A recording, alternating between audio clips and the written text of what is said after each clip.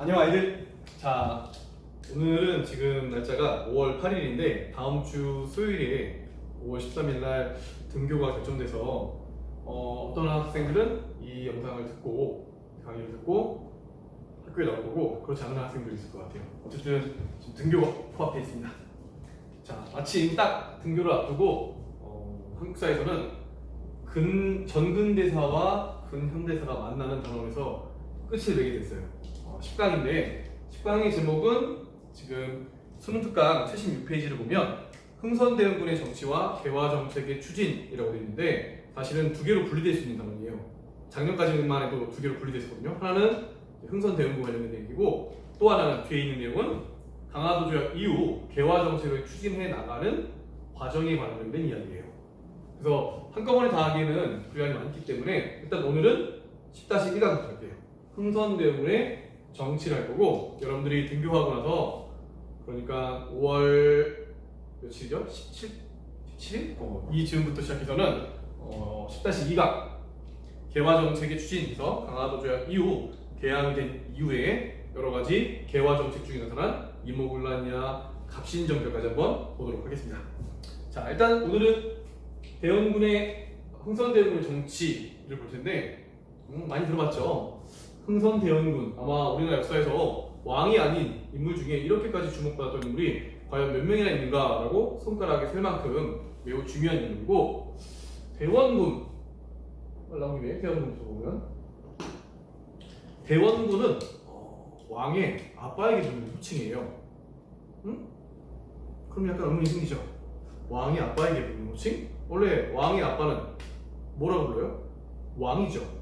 왕의 아들이니까 왕이 됐습니다. 그런데 피치모작의 왕이 자신의 적장자 아들을 두지 못하고 죽었을 경우에 양자를 들여와서 새로 왕을 삼게 되는데 이때 양자가 되는 이 왕의 친아버지에게 붙여주는 호칭이 대원군입니다.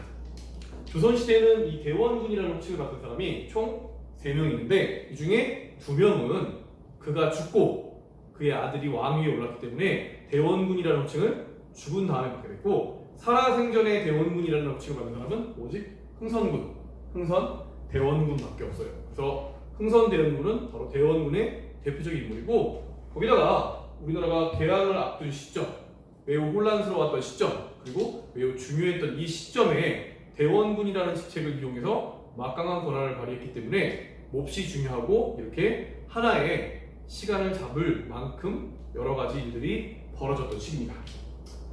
자, 그러면 흥선대원군이 등장한 시점이 언제냐? 흥선대원군은 이제 몰락한 왕족 출신이었기 때문에 그 자체가 왕이 될 가능성이 없었는데, 우리 지난 시간에 조선 후기의 마지막 왕들 기억나요? 순조, 헌종, 철종, 요 세 시기가 약 60여 년 동안 이어지는데, 62년 동안 이어지는데 이 시기를 뭐라고 불렀냐면 세도 정치 시기라고 불렀죠. 세도 정치 시기, 물론 이 3명의 왕을 한꺼번에 보는 건 좀 문제가 있지만 어쨌든 조선이라는 나라가 멸망을 눈앞에 두고 있었다는 것을 보여주는 대표적인 시기였습니다. 무엇을 보면 알 수 있냐면 정말 불행하게도 왕들이 오래 살아서 자신에게 후손에게 왕위를 넘겨줘야 되는데 그렇지 못해요. 순조는 자기 아들이 먼저 죽었기 때문에 순조의 아버지는 정조였기 때문에 어린 나이에 왕위에 오르면서 소수의 힘이 강력한 가문 바로 안동 김씨에 의해서 좌지우지됐고, 헌종은 자신의 아버지가 먼저 죽었기 때문에 역시 다시 어린 나이에 왕위에 올랐는데 이 사람은 아들을 낳지 못했어요. 그래서 다시 왕위가 끊어지자 구석구석에 있었던 왕족 중에 힘이 없던 강화도에 있는 왕족 출신을 데려다가 왕을 삼는 사람이 철종이었는데, 철종 역시도 후사를 낳지 못했던 거죠. 자, 이때가 바로 세도 정치 시기입니다.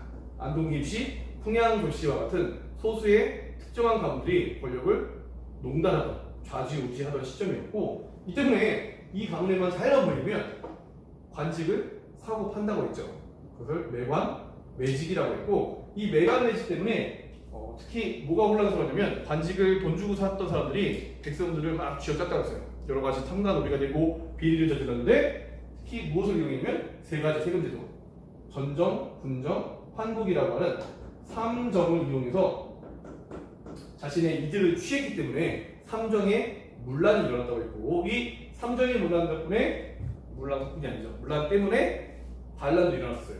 1611년 홍경래에 나고 있었고요. 또 하나 1861년 홍경래에 나는 게 있었고, 말이 보이네요. 1862년에 임술년에 일어났던 임술 농민분기가 있었습니다. 그런데 임술 농민분기 1862년에 있었는데 철종이 그 다음에 죽었어요. 그리고 10여 세에 불과한 고종이 새로운 왕으로 앉으면서 그의 아버지였던 흥선대원군이 전면에 등장하는 계기가 됐던 거죠. 다시 말해서 흥선대원 입장에서는 국내적으로는 세도 정치기의 혼란기에 뒤이어서 집권자가 된 사람이에요. 자, 거기다가 국외적으로는 어떤 시점이냐면 한자로는 서세동접이라고 해요. 서양 세력이 점진적으로 동양에 침략해 들어왔던 시기였고, 우리와 가까이 있었던 청나라, 중국, 그리고 일본 모두 다 이 서양 세력에게 굴복하는 모습이 나타납니다. 예를 들면 중국 청나라부터 보면 1840년 영국이 아편을 바탕으로 해서 아편을 막 몰래 밀수했는데 이것은 막 영국이 신사의 나라가 아닌 것 같아요. 어쨌든 결국 이 아편을 둘러싸고 전쟁이 일어났고 1840년부터 1842년 사이에 결국 청나라가 졌습니다. 그래서 청나라가 어쩔 수 없이 문을 걸어 잠그는 폐쇄정책, 쇄국정책, 통상투교 거부정책에서 영국에게 개항을 하게 되는 난징조약을 체결해요.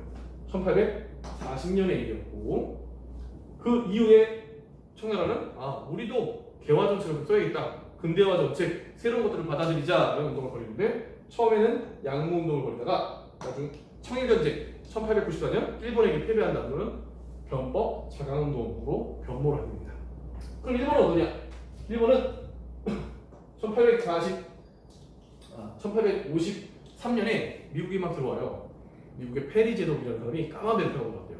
흑성이라고 일본에 들어오고 있는데 통상수교를 요구하는 거예요. 개항을 해라. 한국의 문을 열어젖혀라! 라고 했는데 일본이 1년만 기다려줘! 라고 했는데 1년이 돌아왔어요. 그래서 포함 외교라고 하거든요. 대포를 막 쏘아대거나 대포로 협박을 하면서 우리랑 전쟁할래, 개항할래 라고 했고, 결국 미국의 압력에 이기지 못하고 조약을 체결하게 됩니다. 뭔가 비슷하죠. 일본이 요 모델을 그대로 이용해서 그 뒤 20년 뒤에 우리나라에 또 써먹는 거예요.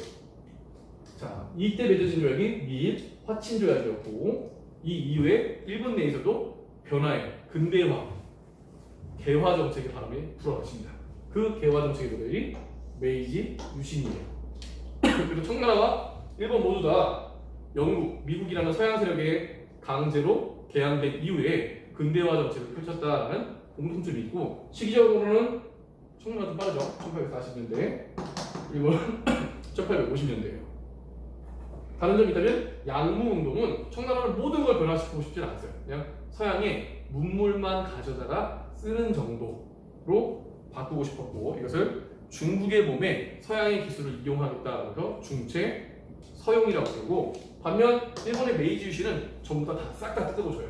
제도부터 시작해서 법까지 모두 다 유럽의 여러 가지 문물을 보고 변화를 시키는데, 그래서 문명 개화론이라고 불러요.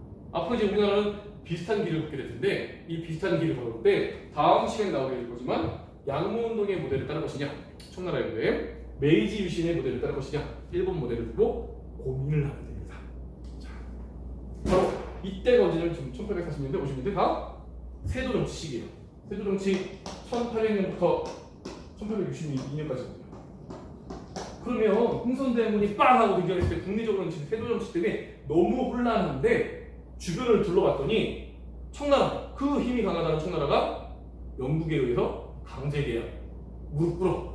옆에 있는 일본, 미국에 의해서 강제 개항, 무릎 꿇었다는 소식이 들려진 거예요. 그리고 세도 정치 시기 때 한 번씩 영국의 배, 독일의 배가 우리나라 인근 해역을 왔다 갔다 합니다. 우리나라는 그런 배들을, 서양의 배들을 서양 오랑캐에 이상하게 생긴 배다 그래서 이항선이라고 하는데, 이항선이 막 출몰하는 거예요. 국내적으로도 어려움이 있었고 국제적으로도 어려움이 있는 가운데 흥선대원이 등장합니다. 숙제가 굉장히 많았던 인물이에요. 그래서 이제 흥선대원의 정책은 크게 두 가지로 나옵니다. 하나는 국내적인 정책, 개혁 정책이라는 거고요. 또 하나는 반대, 대외 정책, 통상수교 거부 정책으로 국내적인 면이냐,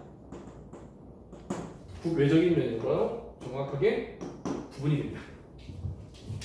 이렇게 보니까 흥선대원이 오랫동안 집권하는 것 같죠. 막 장수왕처럼 몇십 년을 집권한 것 같은데 흥선대원이 집권했던 시기는 1863년부터 1873년이에요. 그러니까 10년 동안 여러 가지 일들이 벌어졌기 때문에 굉장히 우리나라로선 중요한 10년이었다고 볼 수가 있습니다. 자, 그러면 국내적인 정책도 볼게요. 개혁정책, 민생안정정책으로 나눠봤었는데 흥선대원군이 왕이 된 다음에 제일 먼저 했던 이야기라고 알려져 있는 게 있어요. 뭐라고 하냐면 신하들한테 신하들 불러요. 높은 대신들을 불렀더니 보통 이 당시에 높은 관직을 안고 있는 사람들은 안동김씨가 많았거든요. 그리고 과거에 군단들은 다 분개가 됐어요. 노론 중에서도 소수의 특정 가문이 안동김씨, 평양교씨, 무슨 권씨 이런 사람들로 나와 있는데 남이 서로 다 분개가 됐거든요. 그런데 흥선대원군이 집권한 다음에 뭐라고 했다면 태산을 깎아 평지로 만들고 남대문을 높여 3층을 쌓겠다 이런 얘기를 했대요. 이 말은 태산은 특정 소수가문, 안동김씨와 같은 가문을 말하고 그래서 태산을 깎아 평지로 만들고 너네 세력을 약화시키고 남대문을 높여 3층으로 남대문은 남인을 말하는데 그동안 소외되어 왔던 그런 사람들 중에 인재를 등용해서 크게 쓰겠다는 것을 밝힌 정책이죠. 그래서 흥선대원의 정책 중에 하나는 우선 세도 가문들을 약화시킵니다. 대표적인 가문이 안동 김씨였고 이렇게 안동 김씨라는 가문이 조선후기에 중요한 영향력을 미쳤기 때문에 영화나 드라마에서 요 조선 후기를 다루고 있는 영화나 드라마는 약간 악당 캐릭터에 이 안동 김씨를 연상케 하는 가문들이 잘 나와요. 예를 들면 최근에 대유행을 했던 여러분은 공부하다 못 봤겠죠. 선생님 봤어요. 그 뭐죠? 넷플릭스에서 하는 킹덤. 킹덤이라는 그 넷플릭스 드라마를 보면 악역으로 나왔던 유승용 배우가 있는데 장동안 씨 뭐 이렇게 부르는 가문을 자꾸 말해요. 안동김 씨를 떠올리게 하는 거죠. 바로 이들의 세력을 약화시키다 합니다. 하지만 더 중요한 것은 세조정치 시기, 특히 조선 후기에 들어와서 굉장히 강력해져가지고 왕권을 약화시켰던 기억이 있었죠. 바로 비변사입니다. 비변사의 기능을 축소, 나중에는 폐지시켜요. 왕권을 미약하게 만들었던. 그러니까 흥선대원은 왕의 대리인이었기 때문에 왕권 강화가 이루어져야 된다고 판단했고 왕권을 강화를 약화시켰던 안동김 세력 약화 그리고 비변사의 기능을 축소하다가 아예 폐지를 해버렸고 대신 원래 기능을 담당했던 사람들 왕의 아래에서 정책을 논의했던 의정부의 기능을 부활시키거나 원래 군대 조직을 담당했던 조선 전기에 있었던 삼군부를 부활시켜서 군사 정치를 모조리 다 했던 비변사의 기능을 약화시킨 다음에 폐지시킨 거죠. 대신 의정부의 기능 부활, 의정부의 기능 회복, 삼군부의 부활이라고 볼 수가 있습니다. 자, 그리고 나서 이제 법전을 새로 편찬합니다. 그동안 너무 낡아져 있는 법전을 다시 개편해야겠다 해서 대전 회통이라는 이름의 법전을 편찬하게 돼요. 조선 후기에 법전 편찬한 사람 3사람 있죠. 그래서 선생님이 정리해놨습니다. 성종 때 경북대전, 영조 때 속대전, 정조 때 대전 통편, 그리고 흥선대원 때 대전 회통을 볼 수 있고 가볍게 보세요. 이 중에 가장 또한 대표적인 흥선대원의 업적 중에 하나는 경복궁입니다. 지금 경복궁은 이제 한국전쟁 그 전에 일제강점기, 특히 일제강점기 때 막 궁궐을 거의 대부분 다 소집시켜가지고 흔적이 잘 안 남아있는데 조선 후기를 넘어서서 이제 흥선대원이 가장 역점에 넣었던 사업이 경복궁 중건이에요. 좀 눈여겨봐야 됩니다. 중건은 새로 세우다, 다시 세우다, 원래 있던 것을 다시 세우다인데 중간에 끊어졌던 적이 있었던 거죠. 언제 없었겠어요?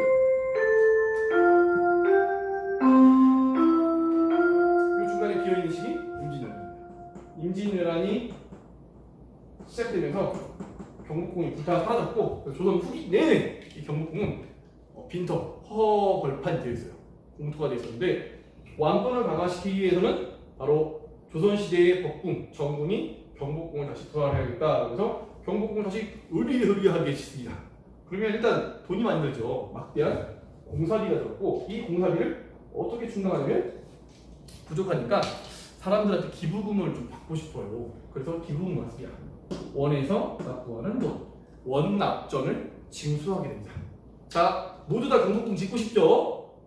경복궁 짓기 원하는 사람, 자, 기부금을 납부하세요. 원납전이에요. 근데 얼마나 많은 사람들이 기부금을 내고 싶었을까요? 그렇지, 아는 사람도 있었겠지만 억지로 납부한 사람도 있었겠죠. 그래서 조금 사람들의 반발을 살 만한 원납전을 징수했고, 이것으로 당연히 부족하니까 돈을 찍어내기로 해요. 이 당시 이제 조선 후기는 전에 얘기했듯이 상평통보라는 돈이 전국적으로 유통되기 시작했죠. 상품 화폐 경제가 발달했다고 했었어요. 그런데 돈을 막 찍어내서 국가가 필요한 여러 가지 물품이나 인부를 사면 되니까 돈을 막 찍어내는 거예요. 근데 그냥 상평통보를 찍어내면 조금 얼마나 많이 찍어낼지 몰라요. 그러니까 아예 상평통보의 100배에 달하는 동전을 찍어서 유통을 시킵니다. 그럼 정부가 뭐 필요한 인부는 야, 이거 상평통보 100배야 라고 돈을 주면 되잖아요. 아니면 자재를 사면서 100배야 라고 주면 되잖아요. 그래서 이 당백전이 발안되면서 엄청난 인플레이션과 같은 경제적 혼란이 찾아옵니다. 경복궁 좋은 뜻을 했고 결국에 이제 후손에게 많은 것들을 남겨주기도 했지만 한편으로는 이 당시 사람들은 굉장히 힘들었겠구나라는 생각을 할 수가 있다는 거죠. 거기다가 이제 공사하려면 임금 노동자를 쓸 수도 있지만 이 당시 이제 반드시 임금 노동자만 썼던 것이 아니라 무료 공사로 공사에 동원하기도 하거든요. 그게 백성입니다. 경기도 지방에 있는 백성들을 공사에 동원시켰다고 해요. 얼마나 불만이 많겠습니까? 그 의리의리한 궁궐을 짓기 위해 어마어마한 돌, 어마어마한 나무들을 옮겨서 쌓고 망치질에 힘들었겠죠. 백성들 불만이 있었겠죠. 그럼 양반들은 불만 없었겠냐? 양반도 불만이 있어요. 왜냐면 옛날 우리 고전 건축물을 보면 대들보, 들보, 기둥 이런 것들이 큰 나무가 아름드리 나무가 필요하고 곧게 뻗은 아름드리 나무가 필요해요. 지금 같은 경우야 뭐 나무가 많다는 나라에서 수입해다 쓰겠지만 이 당시에는 그러지 못할 거 아니에요? 그러면 어디에 좋은 목재들이 많냐면 사람들이 잘 건들 수 없는 평상시 있는 산이나 이런 나무들은 사람들이 막 여러 가지 땔감을 이용하려고 하다 보니까 별로 없는 거예요. 양반들이 조상을 위해 오랫동안 보존하고 갖고 왔던 묘지에 있는 숲, 묘지림에 좋은 나무들이 있대요. 그 나무들을 경복궁을 짓기 위해 베어서 가져옵니다. 그러면 백성도 불만, 양반도 불만이죠. 그래서 다른 정책들은 보통 흥선대원군은 양반의 반발을 살지언정 백성들은 좋아하는 정책이 많은데 요 경복궁에 준 것만큼은 양반들, 백성도 모두 반발했다는 정책이라는 점에서 한번 눈여겨볼 수 있습니다. 이걸 보면 지금 남아있는 어떻게 보면 정말 위대한 유물유산이라고 할 수 있는 것들이 그 당시에 백성들의 어마어마한 희생하에서 만들어지지 않았는가도 생각해 볼 수 있습니다. 자, 아래쪽 내려오면 한편 흥선대원군은 세도 정치기에 너무 혼란했던 봐보세요. 지금 흥선대원이 딱 집권 하기 바로 1년 전에 임술농민농기가 전국적으로 벌어지니까 백성들이 왜 이러나 먹고 살기 힘들어서 그렇지 이것을 안정시켜야겠다는 정책을 쓰게 돼요. 힘든 이유는 세금제도가 논란이 있기 때문이고 세금제도 3점이라고 했죠. 전점, 분점, 그리고 환국제도가 논란이 있기 때문에 굉장히 부패하게 운영됐기 때문이고 그래서 이것을 회복하기 위한 정책을 씁니다. 첫 번째는 전적으로는 양전사업을 실시해요. 양전사업은 양전 나오면 토지조사 사업이라고 하면 돼요. 그래서 전국에 있는 토지를 조사해서 누가 얼만큼의 토지를 가지고 있는지 그래서 합당한 만큼의 땅에서 세금을 부과하게 하는 것이 양전사업입니다. 크게 중요하지 않고 한번 보시면 되겠고 중요하게 봐야 될 것은 호포제예요. 군정은 이제 이 옆에 흥선대원하고 많이 비교되는 인물이 명주인데 명주도 뭐가 있었죠? 균형법 있었죠. 군포 1년에 한 표씩만 내. 그리고 부족한 거는 결작이나 선무공각포로 대신 내게 할게. 이거 있었죠. 제도는 좋았는데 문제는 모든 사람이 되지 않았던 거예요. 상민들, 특히 농민들만 납부를 하다 보니까 관청에서는 필요한 군포가 있는데 그 군포를 이제 여기저기서 뜯어간 겁니다.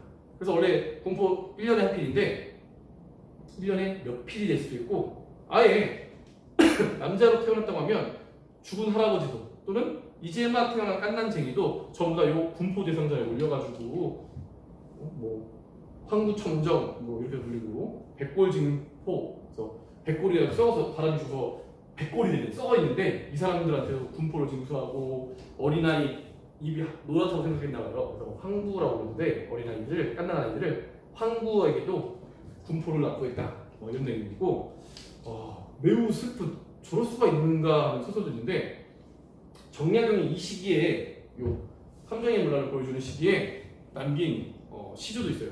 애절양이라고 이게 전부 다 남성이기 때문에 군포를 납부하니까 내가 남성이길 포기하겠다 라고 해서 자신의 신체를 훼손하는 얘기도 있습니다. 그만큼 군포가 어려운 문제인데 이 문제를 해결하는 가장 좋은 방법은 조선록이 늘어난 양반에게도 군포를 징수하면 돼요. 그게 바로 호포제입니다. 양반에게도 군포를 징수하는 거고 호포제 또는 동포제라고 이름을 붙여놓고 있습니다.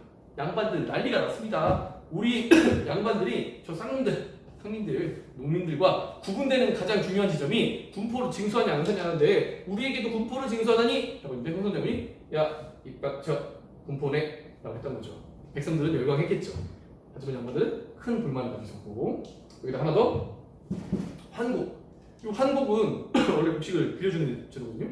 좋은 의지로 시작된 거예요. 원래 세금은 전정, 군정 두 개만 있었고 환곡은 매년 농사를 짓는 농민들이 봄철에 좀 어렵다가 가을철에 추수를 하고 나면 보다 더 먹고 살기 좋아지니까 봄철에 곡식을 빌려줬다가 가을철에 곡식을 되갚게 하는 제도를 이용하게 됩니다. 그게 바로 환곡이에요. 관청에서는 환곡을 위한 창고를 만들어 놓고 백성들한테 곡식 빌려주면 되는 거예요. 문제는 그 세조정 시기에 못된 놈들, 못된 탐관 오리들이 곡식을 그냥 빌려주는 겁니다. 빌려달라고 말했는데 그냥 딱 맡기는 거예요. 그래 놓고 나서 가을철에 이자를 받아서 되갚는 거예요. 야 백가마 받아, 백가마 받아, 백가마 받아 하고 나서 딱 지나고 나면 그래도 양심적인 사람은 110가마, 110가마, 110가마 아주 악덕한 탐관 오리를 200가마, 200가마, 200가마 이런 식으로 환곡을 이용했다는 겁니다. 더 문제는 나중에 가서는 이 환곡을 곡식을 빌려주지도 않고 어차피 빌려줬다 치고 가을철에 이자만 받는 거예요. 그러니까 세금이 아니었는데 세금이 된 거죠. 그래서 흥선대원이 펼쳐낸 해결 방법은 관청에서 운영하지 마라. 각 고을마다 사사롭게 개인적으로 창고를 마련했고 그 고을에서 직접 운영하라라고 하는 사창제를 이용했다는 겁니다. 그래서 전정임들은 양정임, 군정임들은 호포제, 한국임들은 사창제를 이용했다는 것을 볼 수가 있습니다. 여기다 흥선대원 또 하는 것은 서원초패예요. 서원초패 영조도 있었잖아요. 서원을 정리했다. 서원은 우리 살인 등장할 때 처음 나왔지만 학교 기간이기도 하고 선현에 대한 스승님에 대한 제사 기간이기도 했어요. 그런데 이 서원이 국가의 여러 가지 처음에 혜택을 받다가 조선 후기가 되면 지들이 막 혜택을 남발을 해요. 여러 가지 토지나 노비를 삼아가지고 재산을 늘린다든가 증식시킨다든가 제사를 지낸다는 명목으로 주변 마을 사람들을 삥뜯는 거예요. 뜯어요. 그래서 서원을 운영합니다. 서원 너무 큰 문제였다 하고 그 전부터 계속 일이 나왔고 그래서 영조는 전국에 너무 많은 서원들을 좀 정리를 했대요. 서원 정리. 그래도 약 1000여 개 정도 남아있었나 봐요. 그러니까 그전에 한 3000개 정도 있었을 정도 봐요. 자, 그래서 흥선대원은 전국에 딱 국가가 지정해요. 47개를 지정해놓고 이 서원을 제외한 나머지 서원 전부 다 없애라고 합니다. 지배층이었던 양반들의 근거지예요. 본인들의 조상, 스승이 있는 곳이라고 여겼던 곳이에요. 여기 없앤다고 하니까 어마어마하게 반발했겠죠. 그런데 그 반발에 그럼 더 큰 것부터 없애지 뭐. 그래서 만동묘라는 것도 없습니다. 만동묘는 우리나라 사람이 아니라 중국 명나라 황제였던 신종을 모시고 있던 사당이에요. 왜 우리나라에서 중국 황제를 모시는 사당이 있는 거지? 임진왜란 때입니다. 임진왜란 때 우리나라를 도와줬던 저 명나라 황제에게는 우리가 너무 은혜가 많다 해서 제사를 지내는 만동묘가 있었는데 흥선대원이 만동묘부터 없애버려요. 야 만동료도 없애는데 그깟 서원들 하고 없애버리는 거죠. 통쾌하죠. 자, 그래서 백성들은 좋아했을지언정 양반과 유학을 공부하고 있는 학생들에게 어마어마한 반발의 대상이 됩니다. 그 중에 정말 흥선대에게 상소문을 바치며 대놓고 비판했던 사람이 최익현이라는 인물인데, 최익현이라는 인물 자주 나올 거니까 한번 나중에 다시 보도록 할게요. 나중에 의병 활동할 때 다시 나오게 될 거예요. 그때 다시 이야기를 하도록 하고, 자 반면 국외 정책은 통상 수교 거부 정책이라고 하고, 과거에는 문을 걸어둔다 라고 해서 쇄국 정책이라고도 불렸던 정책이다. 기본적으로 조선뿐만 아니라 중국이 됐든 일본이 됐든 아시아 국가들은 서양 세력에게 문을 걸어잖아요. 물론 일본은 나가사키라고 하는 예외가 있었고, 중국도 마카오를 기점으로 해서 포르투갈 생인들한테 조금 열어주는 모양새도 있었어요. 하지만 전체적인 방향으로는 문을 걸어 잠그고 있습니다. 자, 그리고 흥선대를 집도를 한 거죠. 청나라 일본 다 개항했어? 우리는 아직 아닌데? 라고 생각하고 있는데, 그 당시 조선의 가장 큰 골칫덩어리는 그 어느 나라보다 북쪽에 있었던 러시아예요. 저 머리 노란 놈들이, 눈깔 파란 놈들이 드디어 우리와 경계를 맞이하게 되는데, 요 러시아가 지금 우리가 연해주라고 불리는 지역을 차지한 시점이 1850년대거든요. 그러니까 1850년대 전까지는 우리는 머리 노란 서양인들과 경계를 맞부딪힐 일이 없었는데, 1850년대에 러시아가 연해주를 차지하면서 우리가 처음으로 머리 노란 유럽인들과 러시아 사람들과 경계를 맞닿게 됩니다. 몹시 두려워요. 봐봐요, 두려울만 하죠. 청나라겠죠, 일본겠죠. 고민되는데 이 러시아를 막기 위해 역시 이의제이라고, 그래 서양어로 하는 걔한테 맡겨야지 라고 해서 우리나라에 들어와 있던 가장 대표적인 천주교를 확대시키려고 했던 프랑스 선교사들을 부릅니다. 그래서 도와달라고 해요. 너네가 러시아를 막아주면 우리가 너네들을 좀 봐줄 수도 있는데 라고 했는데, 프랑스 선교사들이 이것을 거절했고, 마침 양반 인생들도 서유럽 사람들이 와서, 특히 프랑스 선교사들이나 신부님들이 와가지고 선교하는 활동을 너무 싫어했거든요. 에발 모르겠다. 1866년 병인년이거든요. 1866년 병인년에 천주교 박해 사건이 벌어집니다. 수많은 천주교 신부와 그리고 신도들이 목숨을 잃어버리게 됐던 사건이에요. 이 사건 프랑스랑 연관이 되어 있는 사건입니다. 그래서 서울에 올라가 보면 절두산이라는 게 있어요. 지금 천주교의 성지가 되는 곳인데 이름이 절두산이에요. 끈을 절자에 머리 숫자예요. 얼마나 많은 사람들이 희생했는지 알 수가 있는 거죠. 프랑스가 가만히 있었을 리가 없겠죠. 그래서 이 사건으로 인해서 1866년에 프랑스 함대가 침략해 들어옵니다. 이 사건 병인 양용 1866년이기 때문에 병인년에 서양 오랑캐가 요란을 일으키려던 병인 양용이고, 어디로 들어왔냐면 여기 지도를 보면 알겠지만 강화도로 들어왔습니다. 그래서 누가 맞섰다면 문수산성에서 한성군대가, 정조산성에서 양원성 부대가 막아내고 있었고, 프랑스 함대가 막 대함대가 들어온 것이 아니라 해안첩 정도 들어온 거예요. 그러니까 우리나라를 전부 다 굴복시키는 좀 어려움이 있었을 거고, 분명히 이제 자기네들의 강한 기술력을 보면 얘네가 항복하겠지라고 생각했는데 항복을 안 해요. 항복하지 않더니, 강화도가 어디냐면 한양, 서울로 들어가는 입구에 있어요. 그러니까 한강에서 바다로 나오면 반드시 어디를 거쳐야 되냐면 강화도 앞바다를 나와야 돼요. 그 강화도를 목재고 있으면 조선이 항복하지 않으니 항복을 안 하는 거예요. 돌아갑니다. 프랑스가. 그러니까 결국 프랑스가 원하는 목적을 이루지 못하고 돌아갔기 때문에 우리 이제 승리라고 생각하지만 우리가 훨씬 더 큰 피해를 많이 받았어요. 어마어마한 사람들이 죽었고, 그리고 그 피해 중에 가장 대표적인 피해가 외규장각 약탈입니다. 규장각은 정조 때 나왔지만 원래 도서관 기관이에요. 우리나라의 중요한 도서들을 규장각에 보관하고 있었는데, 너무 중요한 도서는 서울 이렇게 임진왜란 병정을 겪었잖아요. 이런 사건 때문에 한양에 두면 위험할 수도 있으니까 외부에 좀 더 방어에 유리한 곳에 하나 더 둬야지 라고 해서 바깥에 있는 규장각을 둔 거예요. 그게 강화도에 있었는데, 이 외의 규장각에 중요한 도서들이 프랑스에 의해서 약탈됐던 겁니다. 그게 대표적인 곳이 의궤예요. 여러 가지 행사를 할 때 그림체를 그려놓는데, 이 의궤 프랑스에 약탈됐다가 언제였던가 1990년도였는데 우리나라가 고속철도를 만들면서 프랑스 기술을 차용하면서 이제 다시 돌려보겠습니다. 어쨌든 병인박해에서 병인양요로 이어진 사건 한번 눈여겨볼 수 있고요. 또 하나 볼 수 있는 내용은 1866년에 일이 많아 나와요. 1866년에 미국의 상선 제너럴 셔먼 호라고 이런 배가 막 무역을 하기 위해, 당시 무역을 하면 돈을 많이 버니까 미국 배가 돈을 좀 벌기 위해 야 물건 좀 바꾸자 하고 돌아오다가 그만 어디로 가면 대동강을 타고 평양을 들어간 거예요. 당시 평양감사 박규수였는데 야 우리랑 무역할래? 라고 하는데 이제 껄렁껄렁한 건달 미국인이었나 봐요.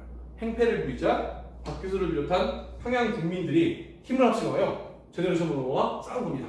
그리고 침몰시켰어요. 제네럴 셔먼호가 침몰됐던 사건이 제네럴 셔먼호 사건입니다. 이 배는 미국 배였어요. 미국 가만히 있을까요? 역시 또 가만히 있지 않습니다. 그래서 미국이 이 사건을 빌미 삼아서 1871년에 침략해 들어오더니 1871년이 신미년이었고 역시 서양 오라피가 일으킨 유독, 그래서 신미양요라고 부르고 역시 지역은 강화도입니다. 강화도. 이 강화도에 침략했던 일본군과의 전투를 보여주는 역사 채널 다큐가 있는데 뭐 그래요. 미국이 3명인가? 10명이 채 안 죽었을 때 우리나라 군인 300명이 죽는, 그리고 장군이었던 어제현도 죽고 어제현 깃발 빼앗기게 돼요. 장군 큰 깃발이 있었거든요. 광성보에서 막 싸우다가 어제현이 죽고 그 깃발을 빼앗기는데 이것을 딱 드라마로 만들었던 장면이 있어요.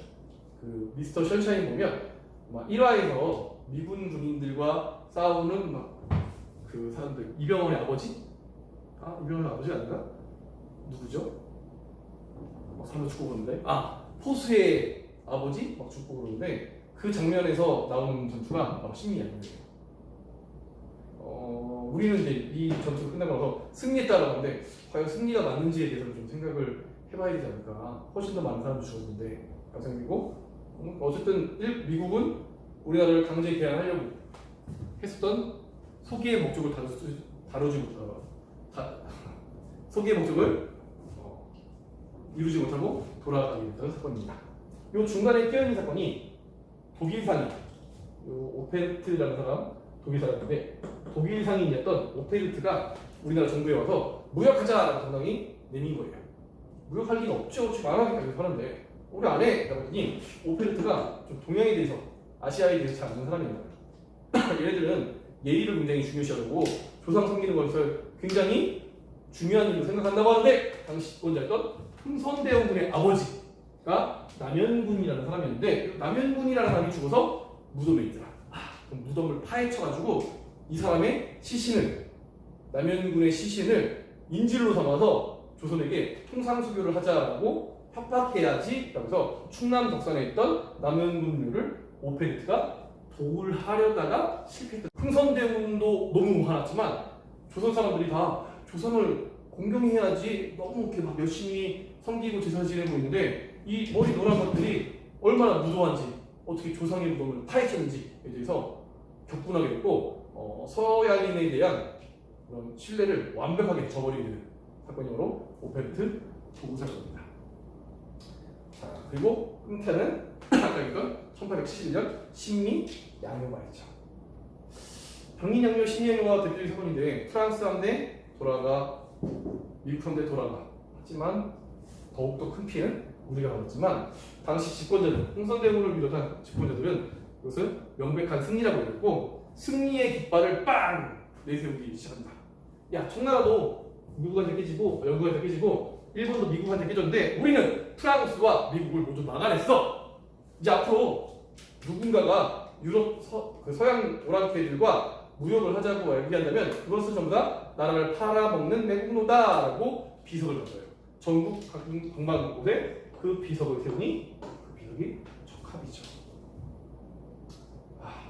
그 척하비는 흥선대원으로서는 프랑스와 미국을 막아낸 승리의 그런 상징과 같은 걸 씌웠지만 과연 우리가 힘이 강해서 프랑스와 미국을 막아냈는지에 대해서는 한 번쯤 생각해 볼 문제고, 사람들이 더욱더 그런 생각을 많이 하는 이유는 뭐냐면 이 1860년대와 70년대 이미 양국운동과 메이지 유신이 활발히 벌어지고 있었고 일본은 이 이후에 메이지 유신을 어느 정도 이룩한 이후에 야 무역을 할 대상이 필요해. 식민지와 비슷한 것들이 필요하지.